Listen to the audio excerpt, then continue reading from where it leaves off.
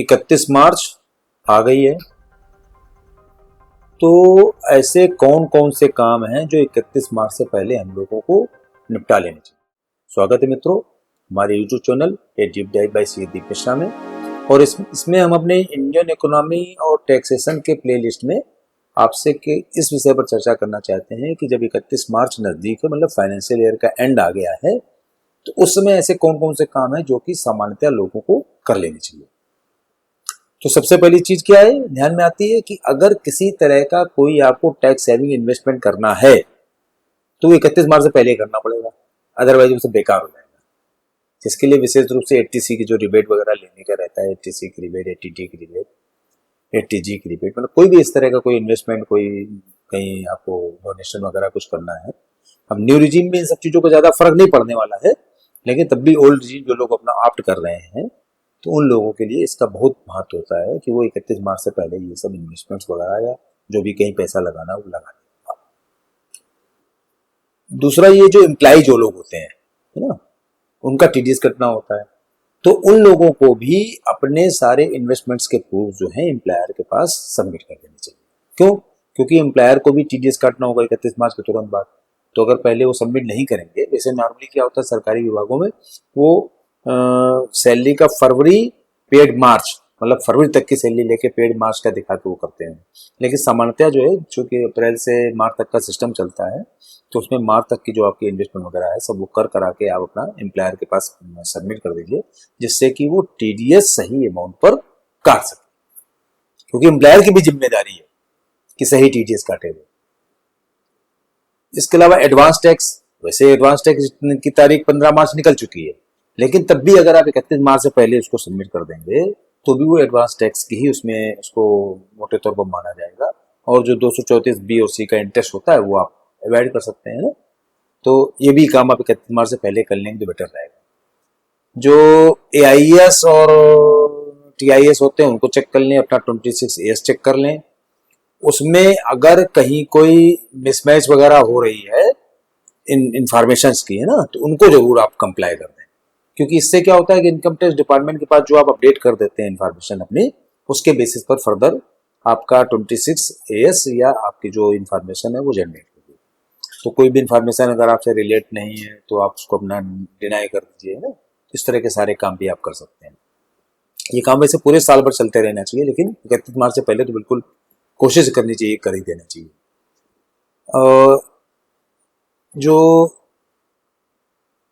Tax losses होते हैं, है ना, वो ऑफसेट करने का, गेन से ऑफसेट करने का होता है, या लायबिलिटी रिड्यूस करने का जो सिस्टम होता है, उसमें क्या होता है कि अगर किसी तरह का कोई आपका लॉस जनरेट होने वाला है, आपको लग रहा है कि हम 1 अप्रैल को जनरेट होगा हमारा लॉस, या 5 अप्रैल को जनरेट होगा, तो अगर आप उसको 31 मार्च से पहले अगर पैकअप कर लें, खासकर शेयर्स के ट्रांजेक्शन वगैरह में क्या होता है, तो अगर आप उसको कंप्लीट कर लेंगे ट्रांजेक्शन को, तो उसका बेनिफिट आप पर्टिकुलर ईयर में ले लेंगे। उसके लिए पहले आपको पुराना भी देखना पड़ेगा, आपका कितना प्रॉफिट है, कितना लॉस है, उस हिसाब से आपको कैलकुलेट करना पड़ेगा।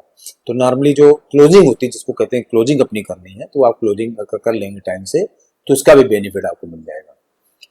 एक और चीज होती है कि जो PPF के अकाउंट जो लोग रखते हैं, या NPS के रखते हैं, SSY के अकाउंट रखते हैं, तो उनके हर साल अकाउंट को ऑपरेटिव रखने के लिए, एक्टिव रखने के लिए हर साल मिनिमम कंट्रीब्यूशन उसमें देना पड़ता है। अगर मान लीजिए आपको टैक्स सेविंग पर्पज से नहीं भी चलाना है उसको, तो भी अगर अकाउंट आपको ऑपरेटिव रखना है, एक्टिव रखना है, तो 31 मार्च से पहले उसमें मिनिमम कंट्रीब्यूशन जरूर कर दें। अपना होम लोन का इंटरेस्ट और होम लोन का प्रिंसिपल उसको जरा एक बार रिव्यू कर लें, क्योंकि सर्टिफिकेट तो 31 मार्च के बाद जनरेट होगा, लेकिन इस पीरियड में अगर आप जनरेट कर एक बार देख लेंगे तो आपको ये आइडिया लग जाएगा कि कितना क्लेम आप 24B में कर सकते हैं इंटरेस्ट का, है ना। क्योंकि ये उससे अलग है, वो तो न्यू रिजीम में भी मिलता है, उसका कोई दिक्कत नहीं है। तो इंटरेस्ट की फिगर अगर आपको एग्जैक्टली पता लग जाएगी तो आपको अपनी टैक्स प्लानिंग करने में थोड़ा इजी रहेगा। कैपिटल गेन को अकाउंट को अपने रिकंसाइल कर लें जो AIS TIS से इंफॉर्मेशन देख के, क्योंकि उसके बेसिस पर आप अपनी एडवांस टैक्स की लायबिलिटी कैलकुलेट कर सकते हैं। पता लगा कि अगर आपने खासकर शेयर ट्रांजेक्शन जो होते हैं उनके बारे में बात कर रहे हैं, शेयर ट्रांजेक्शन हैं या मतलब सिक्योरिटीज के ट्रांजेक्शन हैं, उनके बारे में क्योंकि इन्हीं में थोड़ा बहुत वो रहता है। और खासकर आजकल तो जो कि वैश्विक अर्थव्यवस्था में बहुत उथल पुथल चल रही है, तो इस समय तो और बहुत ज़्यादा दिक्कत है देखने की, कि अगर आप देख लेंगे, एक बार चेक कर लेंगे, तो आपको आइडिया लग जाएगा कितना आप वास्तव में आपको एक्चुअल लगभग एडवांस टैक्स जमा करना है। तो उसके बेसिस पर आप कैलकुलेट कर सकते हैं। ओल्ड रिजीम और न्यू रिजीम में को कंपेयर कर लें अपना टैक्स का, कि कौन सी आपको ऑप्ट करनी होगी, जिससे कि आप अपनी टैक्स लायबिलिटी को ऑप्टिमाइज कर सकें ना। ये भी एक अगर ध्यान कर लेंगे तो हमें लगता है कि उसके बेसिस पर आप अपने इन्वेस्टमेंट डिसीजन भी ले सकते हैं। क्योंकि अगर ओल्ड रिजीम में आपको जाना है, तो ओल्ड रिजीम में जाने के लिए फिर आपको इन्वेस्टमेंट का बेनिफिट मिल जाता है सारा, है ना। इस चीज को अगर एक बार आप देख लेंगे तो ठीक रहेगा। अपनी पर्सनल इंफॉर्मेशन को जहां कहीं भी हो, वो अपना आप अपडेट कर लें। पर्सनल इंफॉर्मेशन में चाहे वो बैंक अकाउंट डिटेल हो, चाहे अपने कॉन्टैक्ट डिटेल हो, विशेषकर इनकम टैक्स के पोर्टल पर भी, है ना।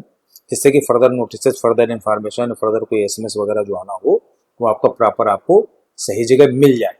तो उसमें बेसिकली जैसे अपना भाई मोबाइल नंबर, ईमेल आईडी हो गई, आपका एड्रेस हो गया, बैंक अकाउंट डिटेल हो गई, है ना। ये सारी चीजें अगर आप अपडेट कर लेंगे अपनी, तो हमें लगता है कि ठीक रहेगा। और हमें लग रहा है हम लगभग मोटे तौर पर ये सारी चीजें हमने लगभग कंप्लीट कर दी हैं।